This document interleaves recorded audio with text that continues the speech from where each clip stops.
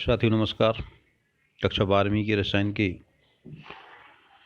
अध्याय हेलोएल्केन और हेलोएरीन के अंतर्गत हम बात करेंगे कुछ टर्मिनोलॉजी की। आइए बात करते हैं ध्रुवण घूर्णकता की। आप समतल ध्रुवित प्रकाश तो जानते ही होंगे। जो सामान्य प्रकाश को यदि हम टूरमेलन क्रिस्टल में से गुजारें तो उनके एक साइड के जो कंपन हैं वो अवशोषित हो जाते हैं और केवल एक साइड के कंपन उस पर बचते हैं। उसको हम समतल ध्रुवित प्रकाश कहते हैं।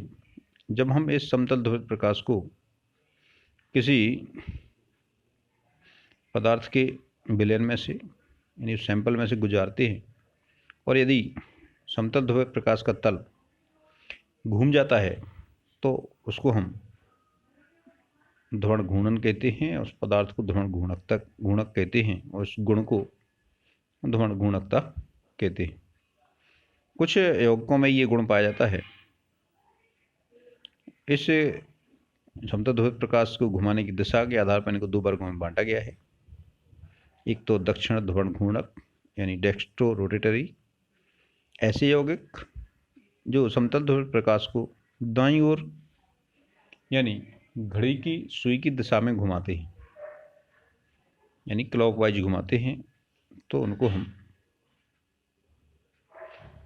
दक्षिण ध्रुवण घूर्णक यानी डेक्स्ट्रो रोटेटरी कहते हैं। संक्षेप में हम इसको धन रूप या डी रूप यानी डी फॉर्म से भी व्यक्त करते हैं। घड़ी की सुई की दिशा आप जानते हैं, जिस तरह से आरती करते हैं ना, आरती वाली दिशा ही अपना डी रूप। ठीक है। अब इसके विपरीत कुछ यौगिक ऐसे होते हैं जो समतल ध्रुवित प्रकाश को वामावर्त घुमाते हैं यानी एंटी क्लॉकवाइज घुमाते हैं यानी घड़ी की सुई की विपरीत दिशा में घुमाते हैं। इनको हम वाम ध्रुवण घूर्णक यानी लीवो रोटेटरी कहते हैं। इनको भी संक्षेप में ऋण रूप या एल रूप कहते हैं। एल का मतलब है लीवो रोटेटरी का शॉर्ट फॉर्म।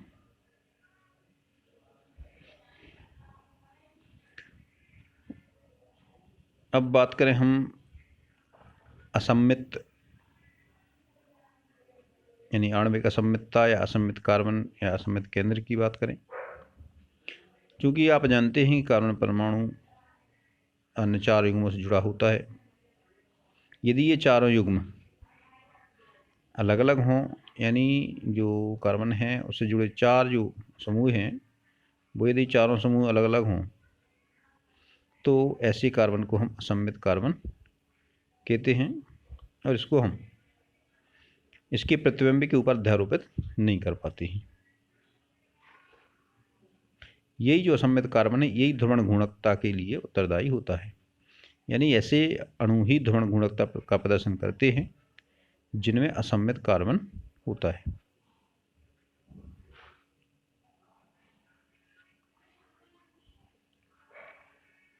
जो वस्तुएं अपने दर्पण प्रतिबिंब के ऊपर अध्यारोपित नहीं होती हैं उन्हें हम कायरेल या कैरेल भी कहते हैं। जिस तरह से आप अपने बाएं हाथ और दाएं हाथ को देखने पर पाएंगे कि एक जैसे हैं। इनके प्रतिबिंब जो दर्पण प्रतिबिंब हैं वो एक जैसे रहते हैं, लेकिन इनको हम एक दूसरे पर अध्यारोपित नहीं कर सकते। आप कोशिश करके देख लीजिए। अपन इन हाथों को सामने से तो मिला सकते हैं, लेकिन यदि हम इनको चाहें कि समान तल पर रख के मिलाएं तो नहीं मिलते हैं। उनका यही गुण कैरेलिटी यानी कार्यलता कहलाता है। कुछ एक अणु का यहाँ पे एग्जाम्पल भी दिया है। आप यहाँ देखें, यदि प्रोपेंटूऑल की बात करें तो प्रोपेंटूऑल में वह कार्बन जिसपे OH समूह जुड़ा हुआ है और दो मैथिल समूह अलग अलग जुड़े हुए हैं और तीसरा H समूह जुड़ा हुआ है। क्योंकि इसमें दो समूह समान हैं मैथिल समूह, यदि हम इसका प्रतिबिंब लेते हैं तो ये इस तरह बनेगा। देखिए प्रतिबिंब OH की गया OH इस तरफ दिखेगा आपको। और ये आप यहाँ भी ये देख सकते हैं, जो हमने ठोस जो तीर बनाया हुआ है जो सामने की ओर मोटा है, ये हमें ये बताता है कि ये जो परमाणु ये जो समूह है ये कागज़ के तल से ऊपर की ओर यानी हमारी तरफ है। और जो ये कटा हुआ या चिन्ह ये छिद्रता आपका जो तीर बना हुआ है, ये जैसे इसमें जो मैथिल समूह जुड़ा हुआ है ये कागज़ के तल के पीछे है। और जो OH समूह, H समूह हमें रेखाखंड द्वारा दिखाया गया है, ये हमें कागज का तल दर्शाता है। तो इसका प्रतिबिंब रूप आप देख सकते हैं, इसका प्रतिबिंब रूप ये है दूसरा वाला, बीच में हम दर्पण बनाया हुआ है। यदि आप कागज आप बना के देखेंगे दर्पण में तो हम ऐसे दिखेगा। यदि हम इस दर्पण प्रतिबिंब को घुमा दें 180 पे, यानी इसको ऐसा घुमा दें, तो ये बिल्कुल इसके जैसा हो जाएगा और ये इसके ऊपर अध्यारोपित हो जाएगा। जब ये अध्यारोपित हो गया मतलब ये करेल नहीं है इनमें, इसको हम क्या कहते हैं, अकरेल या अकाइरल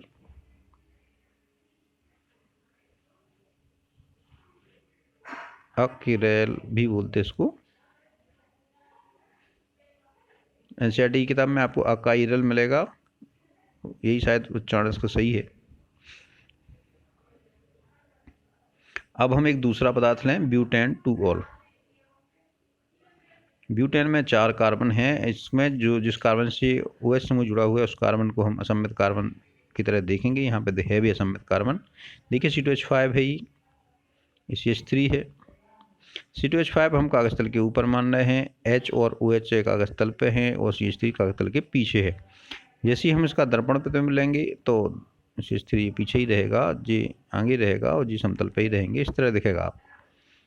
अब यदि हम इस प्रतिबिंब को घुमा भी दें, किसी भी तरह आप घुमाएं, इसको 180 पे भी घुमाएं, तो इस पर ही अध्यारोपित नहीं होगा, क्योंकि ये CH3 की जगह पे C2H5 हो जाएगा और C2H5 की जगह पे CH3 आ जाएगा, यानी ये कायरल है, यानी करेल है। ये इसके इस गुणों को ही हम कायरलता या करेलिटी कहते हैं। ये ही द्रवण गुणवत्ता के लिए उत्तरदायी है। तो जिन यौगिकों के जो दर्पण प्रतिबिंब हैं अध्यारोपित नहीं होते हैं और ये समावेवी रूप में रहते हैं, इनके समावेवी दर्पण प्रतिबिंब होते हैं एक दूसरे के, इन दर्पण प्रतिबिंब रूपों को ही हम एनेंशियोमर कहते हैं। यानी एनेंशियोमर ऐसे 2 अणु होते हैं जो एक दूसरे के दर्पण प्रतिबिंब होते हैं और इनको एक दूसरे पर अध्यारोपित नहीं किया जा सकता, इनको ही हम एनेंशियोमर कहते हैं। इन समावेवी में इनके जो भौतिक गुण हैं, जैसे गलनांक है, क्वथनांक है, अपवर्तनांक है, ये समान होते हैं, लेकिन इनमें से एक समावेवी तो आपका दक्षिण ध्रुवण घूर्णक होता है और दूसरा वाम ध्रुवण घूर्णक होता है। यदि दक्षिण ध्रुवण घूर्णक यानी 2 प्रतिबिंब रूपों में से एक जो एनेंशियोमर हैं दोनों, उनमें से दोनों का प्रतिशत अगर 50-50% है, यानी समान मात्रा में है, तो दोनों का सम्मिलित ध्रुवण घूर्णन क्या हो जाएगा, 0 हो जाएगा, क्योंकि एक दाईं ओर घुमाएगा तो दूसरा बाईं ओर घुमाएगा, यानी ये एक दूसरे के घूर्णन को निरस्त कर देते हैं। इस तरह के मिश्रण को हम रेशिमिक मिश्रण कहते हैं। इनको हम अंशातरण भी कहते हैं, रेशिमिक अंशातरण हिंदी में, और इसको हम शॉर्ट में लिखना चाहें तो DL रूप या प्लस माइनस फॉर्म कहते हैं। और जैसे जो ऊपर हमने अणु देखा तो इसको हम प्लस माइनस ब्यूटेन 2-ऑल कहेंगे। अब कुछ और टर्मिनोलॉजी की बात करते हैं, जैसे धारण माने रिटेंशन। रिटेंशन अंग्रेजी भाषा का शब्द है जिसका मतलब है जैसा है वैसे ही रहना। रासायनिक अपक्रिया में किसी असम्मित केंद्र यानी असम्मित कार्बन की जो त्रिविम में जो आबंध बने हैं उनके विन्यास में यदि कोई परिवर्तन नहीं होता है, यानी उनका जो विन्यास है अखंडित बना रहता है, तो हम इसको विन्यास का धारण कहते हैं।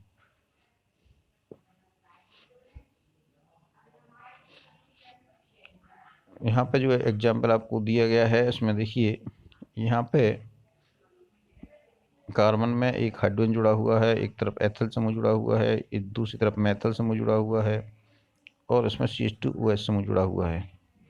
यदि इसमें प्रतिस्थापन होता है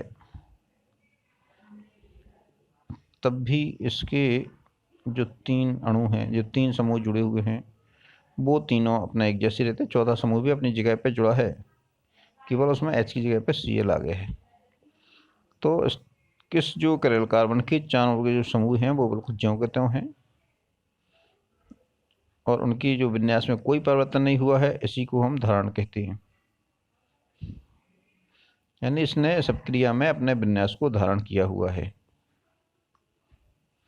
अर्थात जब असममित कार्बन के चारों ओर का जो विन्यास है उसमें कोई बदलाव नहीं होता है,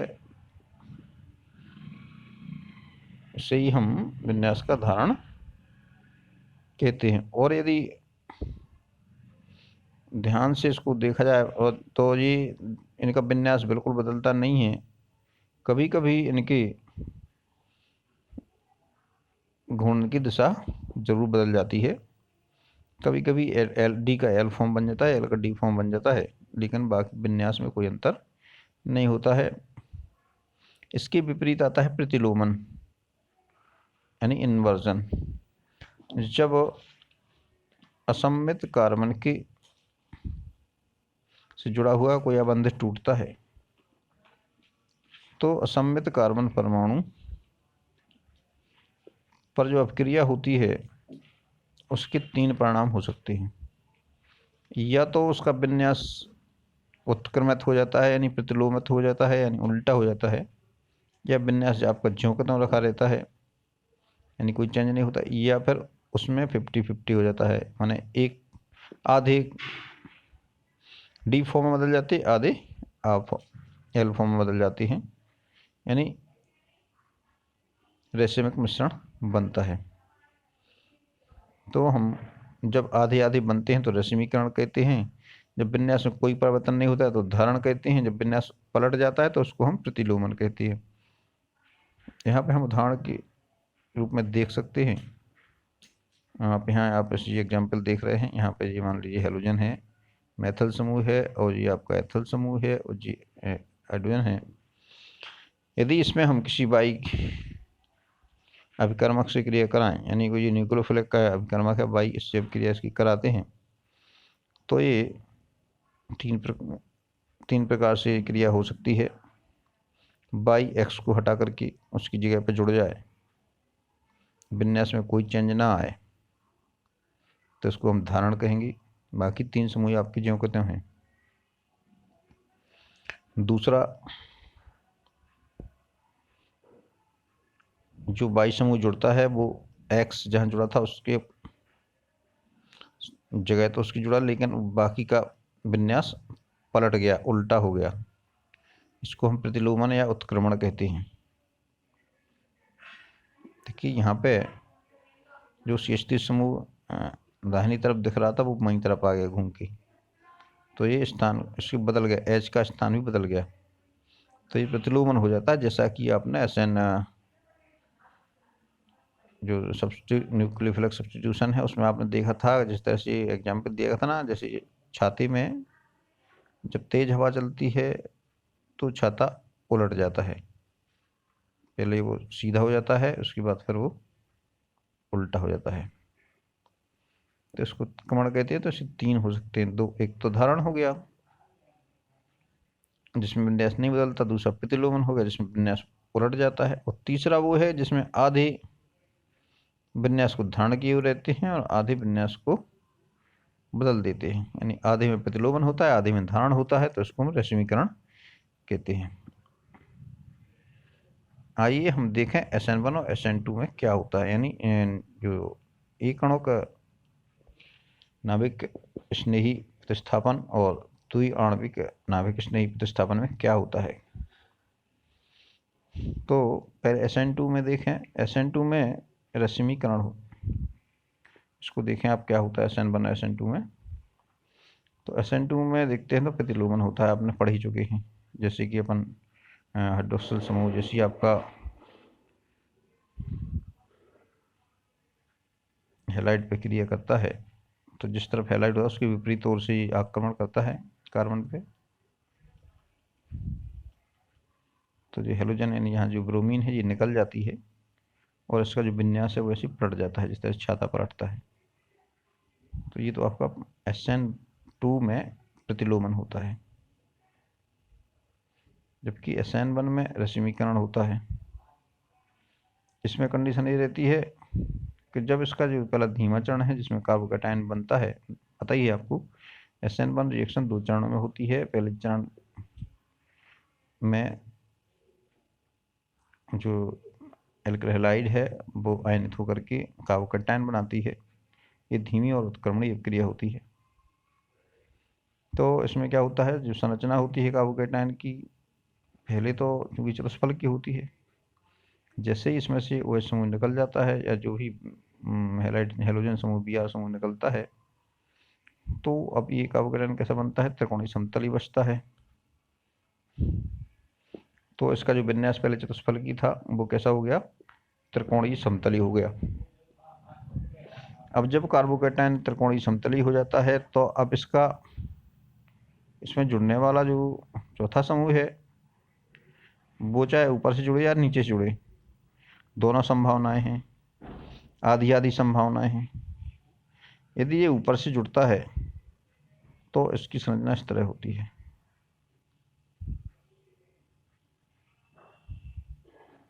और अगर नीचे से जुड़ता है तो इसकी संरचना इस तरह होती है, यानी आधी में जो इस तरह झुका रहता है और आधी में इस तरफ झुका हुआ है। तो चूंकि ये दोनों तरफ से जुड़ सकता है, चूंकि दोनों फलक समान है, तो आधे में इधर से झुकेगा, इधर जुड़ेगा तो ये संरचना देगा, और अगर दाएं दूसरी तरफ से नीचे से घुसा तो ये संरचना मिलेगी। क्योंकि दोनों ही 50-50% संभावनाएं हैं, आगे पीछे कहीं से भी अटैक कर सकता है, तो इसमें रश्मीकरण होता है, यानी 50% डी फॉर्म बनता है और 50% एल फॉर्म बनता है।